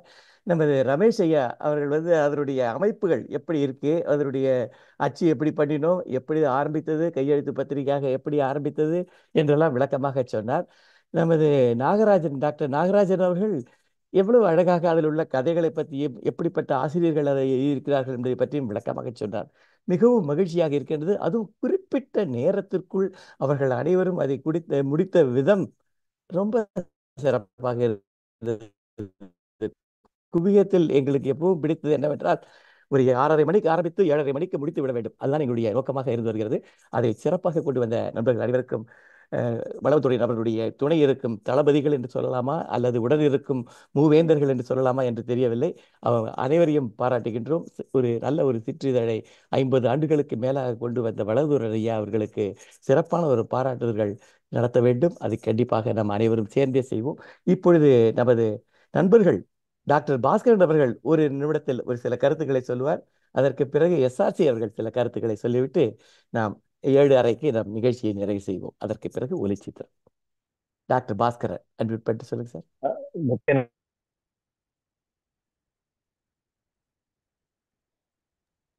கேக்குதா?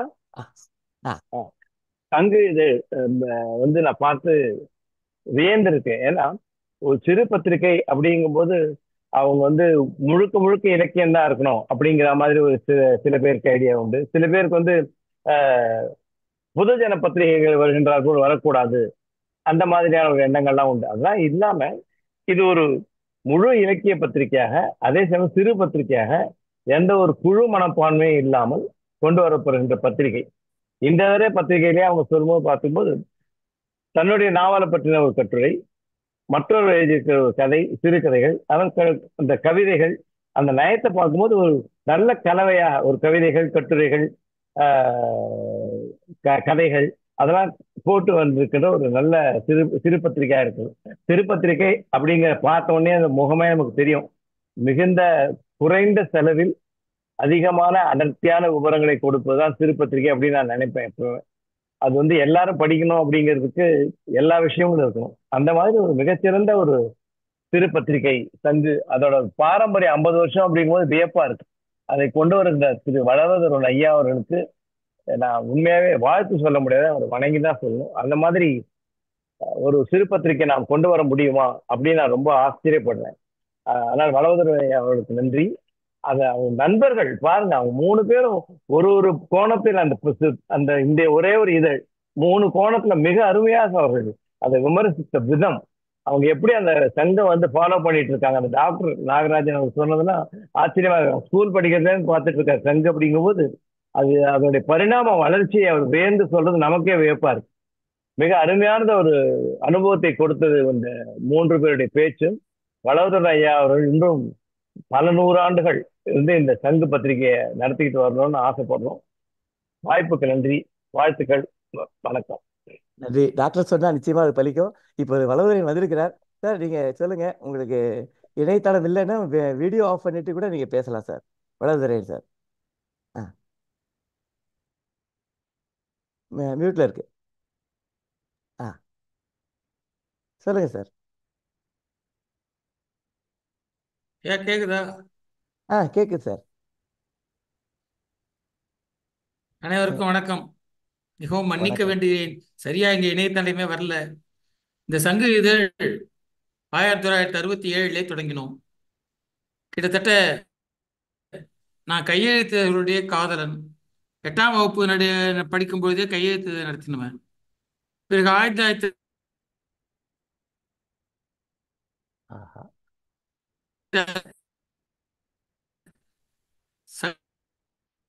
சார் உங்க வீடியோ ஆஃப் பண்ணிடுங்க, கொஞ்சம் பெட்டரா கேட்கும். இருங்க, நான் வீடியோ நானே ஆஃப் பண்ணிடுறேன். நீங்க பேசுங்க சார், தொடர்ந்து பேசுங்க. அதனால எல்லோருமே எழுதுவதற்கு ஒரு போடுவோம், அங்க எல்லோரும் படிப்பார். அதுல கடைசியில கொஞ்சம் இதழ்கள் இல்லாம பக்கங்கள் இல்லாம விட்டிருந்தோம். கடலூர் வந்த பிறகுதான் 100 இதழ்களாக கையெழுத்துக்களை கொண்டு வந்து விட்டோம். 101வது இதழ் அச்சிதழாக வர வேண்டும் என்று குறிப்பாக SRC விரும்பினார்.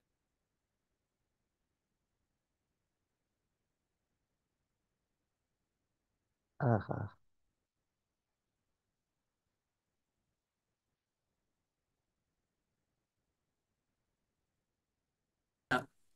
SRC அவர்களுடைய தொலைபேசி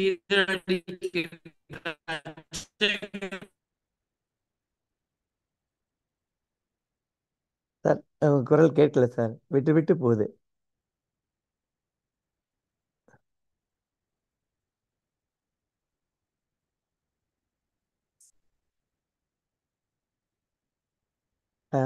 வளதுரன் சார், மன்னிக்கணும், இன்னைக்கு உங்களுக்கு இணையதளம் அங்கே சரியா அமையவில்லை.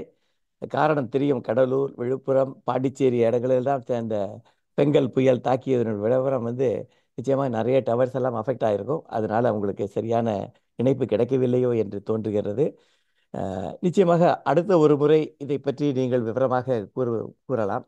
நீங்கள் குவியத்தில் தொடர்ந்து வரக்கூடிய நண்பர், அதனால் நீங்கள் உங்கள் கருத்துக்களை பற்றியும் கட்டுரையாக எழுதி அனுப்பலாம், அல்லது நிகழ்ச்சியில் நேரடியாக கலந்து கொண்டு சொல்லலாம். இந்த நிகழ்ச்சியை சங்கு இதழை பற்றி நிகழ்வை இத்துடன் நிறுத்திக் கொள்கின்றோம். மிகவும் சிறப்பானது. சங்கின் ஒலி நமக்கு தொடர்ந்து எப்படி கிருஷ்ணருடைய பாஞ்சசன்யம் போல இந்த சங்கின் ஒலி எல்லாரையும் கேட்க வேண்டும். நமது SRC அவர்களை நிறைவாக ஒரு நிமிடம் வார்த்தையை சொல்லிவிட்டு இந்த நிகழ்ச்சியை நிறைவு செய்வோம். எல்லோருக்கும் வணக்கம். சங்கு இதழுக்கு நான் கடலூரிலே ஒரு 15 ஆண்டுகள் பணியாற்றியவன். சங்கு என்னுடைய என்னுடைய ஆத்ம நண்பர். சங்கு இதழ் வந்து முதல்ல கையெழுத்து இதழாக வந்தது, அப்புறம் வந்து ஜெராக்ஸ் காப்பியாக வந்தது. அப்புறம் நானும் ஐயாட்ட சொல்லி, வளவதுரை ஐயாட்ட சொல்லி இதை அச்சு இதழாக கொண்டு வரணும் அப்படின்னு சொல்லி நானும் அவரும் தான் சிதம்பரத்துக்கு போய் அச்சகத்துக்கு போய் முதல் அச்சு இதழாக சங்க நானும் அவரோட சேர்ந்து தான் கொண்டு வந்தோம். ஏன்னா அங்கே இருந்ததுனால வளவதரன் ஐயாவோட கடலூரில் தமிழ் அமைப்புகள்லேயே வளவதரனுடைய இலக்கிய பேரவை என்கின்ற ஒரு அமைப்பு இருக்கின்றது. அது 100கணக்கான இலக்கிய நிகழ்ச்சிகளை நடத்தியிருக்கின்றது. கடலூரில் இயங்குகின்ற ஒரு அமைப்பு என்று சொன்னால் அந்த இலக்கிய பேரவை, கூத்தப்பாக்கம் இலக்கிய பேரவை. அதுல அநேக மாதம் ஒரு நிகழ்ச்சியை அற்புதமாக நடத்தி கொண்டிருப்பார்கள். அப்படி அவருடைய சங்கு இதழிலே இடம்பெற்ற சபாநாயகம் ஐயா போன்றவர்கள், பாவணன் ஐயா, நாஞ்சில் நாடன் ஐயா, தேவதேவன் ஐயா, சுப்ரபாரதி மணியன் எல்லோரும் எழுதி கொண்டிருப்பார்கள். ஒரு அற்புதமான இதழாக அது வந்து கொண்டிருந்தது. அதே மாதிரி வளவதுரையனுக்கு கடலூரிலே வைணவ பேரவையிலே ஒரு மிகப்பெரிய மரியாதை உண்டு. அவரை வைணவ செம்மல் என்று அவருக்கு பட்டம் கொடுத்திருக்கின்றார்கள். அவர் ஒரு வைணவரே அவர் இல்லை, ஆனா வைணவ இலக்கியங்களிலே ஆழங்கால் பட்டவர், வைணவ இலக்கியங்களை கரைத்து குடித்தவர் எனவே அவருக்கு வைணவ செம்மல் என்கிற பட்டம் கொடுத்திருக்கிறார்கள். வைணவ அரங்குகளிலே அவர் இல்லாமல் எந்தவித நிகழ்ச்சியும் அங்கே நடக்காது. அப்படி ஒரு அத்தாரிட்டியாக வைணவ இலக்கியங்களில் அவர் இருந்தவர். அதை நாம் சிறப்பாக குறிப்பிட வேண்டும். மரபு கவிதையிலே இன்னைக்கு தமிழ் மண்ணிலே முதல் எழுத்தாளர் என்று சொன்னார், முதல் கவிஞர் என்று சொன்னால் வளவதுரையன் அவர்களை நாம் குறிப்பிட வேண்டும். எனவே மரபு கவிதையிலே அவர் மிகப்பெரிய மனிதனாக இருக்கின்றார். அவர் ஒரு அத்தாரிட்டி என்று தான் சொல்ல வேண்டும். அந்த வகையிலே அவரை நாம் பாராட்ட வேண்டும். அவருடைய புத்தகம் தாயம்மா, அவருடைய புத்தகம் மலைச்சாமி, அவருடைய நாவல் 2ஆம் மதகு, தேரு பிறந்த கதை, நேரு பிறந்த கதை அல்ல, தேரு பிறந்த கதை. தேர் எப்படி பிறந்தது? தேர் தாழ்த்தப்பட்ட மக்கள் கோயிலுக்குள்ளே செல்லாத போது அந்த மாதிரி ஒடுக்கப்பட்ட மக்களை பார்ப்பதற்காக தேரிலே இறைவனை கொண்டு வந்து வீதி வீதியாக காட்டி அவர்களுக்கு கடவுளை காட்டி கொண்டு போனார்கள் என்கின்ற ஒரு கருத்தை மையமாக வைத்து ஒரு அற்புதமான ஒரு கதையை எழுதியிருப்பார். அப்படி தேரு பிறந்த கதை என்கின்ற விஷயம் வந்தது. எனக்கு இலக்கிய சிறகு என்கின்ற ஒரு இதழ் பட்டுக்கோட்டை ராமலிங்கம் அவர்கள் நடத்திய, அவர் இப்பொழுது இல்லை, அவருடைய கடைசி இதழை அச்சிட வேண்டும் என்று என்னிடம் சொன்னார்கள். நான் வளவதுரையன் ஐயாரிடம் தொடர்பு கொண்டேன். என்னை அதிலே ஆசிரியராக போட்டு ராமலிங்கம் அவர்கள் அந்த இதழை கொண்டு வந்தார்கள். அந்த இதழையும் இந்த ரமேஷ் ஐயா அவர்களுடைய அச்சகத்திலே தான் வெளிவந்தது. அதற்கும் வளவதுரையன் அவர்கள் மிகுந்த ஒத்தாசையாக இருந்தார்கள் என்பதை நான் இங்கு உங்களுக்கு சொல்லிக்கொள்ள விரும்புகின்றேன். அதே மாதிரி கடலூரிலே கலை இலக்கிய பெருமன்றத்தை நான் 10 ஆண்டுகள் நடத்தினேன் மாவட்ட செயலராக. அதற்கும் எனக்கு ஒத்துழைப்பு கொடுத்தவர் வளவதுரையன் அவர்கள். அதே போன்று சிறில் தமிழ் அறக்கட்டளை என்கின்ற தொலைபேசி ஊழியர்களுடைய ஒரு பெரிய பேரமைப்பு இருந்தது. அந்த அமைப்பினுடைய பொறுப்பாளராக நான் இருந்தேன். அதற்கும் வளவதுரையன் அவர்கள் தொடர்ந்து எனக்கு உறுதுணையாக இருந்தார். கடலூர் பகுதியிலே அதே மாதிரி தினமணி பத்திரிகையிலே ஆசிரியருக்கு அந்த வாசகர் கடிதத்திலே என்பதெல்லாம் வளவதுரையன் அவர்களுடைய கொடிகட்டி பறந்தவராக குறிப்பிட வேண்டும். தினமணியுடைய ஆசிரியர்கள் கடலூர் என்று சொன்னால் வளவதுரையன் என்பதை நிச்சயமாக அவர் குறிப்பிடுவார்கள். அப்படி ஒரு கடலூர் மண்ணிலே தமிழுக்கு என்று சொன்னால் வளவதுரையன் என்று நாம் எல்லோரும் சொல்லுகின்ற அளவுக்கு தன்னை உயர்த்தி கொண்ட ஒரு மனிதராக அவர் காண்கின்றார். அவரை நாம் போற்றுவோம். அவரை எப்பொழுதும் அவருடைய தமிழ் சேவை தொடர வேண்டும் என்று நாம் எல்லோரும் விரும்புவோம். வாழ்க வளவதுரையன். நன்றி, எல்லோருக்கும் வணக்கம். நன்றி வளவதுரையன் ஐயா அவர்களே, எஸ்ஆர்சி அவர்களே, மற்றும் ரமேஷ், டாக்டர் நாகராஜன், பாஸ்கரன் அவர்கள் அனைவரும் இன்றைக்கு இதழை பற்றி, சங்கு இதழை பற்றி மிக அழகாக சொன்னார்கள். வளவதுரையன் ஐயா, நீங்கள் இன்னொரு முறை எங்களுக்கு இதை பற்றி விவரமாக சொல்லலாம். இன்றைக்கு இந்த நிகழ்ச்சியை நிறைவு செய்கின்றோம். ஒரு சிற்றிதழை எவ்வளவு அழகாக அதனுடைய வாசத்தை நம் மனதில் சேர்க்க வேண்டும் என்பதற்கு இன்றைக்கு வந்த 4 எஸ்ஆர்சி அவர்களையும் சேர்த்து சொல்லுகின்றேன். 4 மிகவும் சிறப்பாக செய்தார்கள். அந்த 4 மிக மிக மிக நன்றி. இப்பொழுது அடுத்த வாரம் நாம் எந்த சிற்றிதழை பற்றி பேசப் போகின்றோம் என்பது பற்றி ஏற்கனவே நான் கோடிட்டு காட்டி இருக்கின்றேன். 2இல் 1 சொல்லுங்கள். விருட்சம் பூபாலம் 2இல் எது அடுத்த வாரம் வரப்போகின்றது என்பதுக்காக ஒரு டாஸ் போட்டு பார்ப்போம். டாஸில் வெற்றி பெற்றவர் நமது அழகிய சிங்கர். விருட்சம் இதழை பற்றி பேசுவதற்காக அடுத்த வாரம் வரை நாம் காத்திருப்போம். வணக்கம் நண்பர்களே, மீண்டும் அடுத்த வாரம் சந்திப்போம்.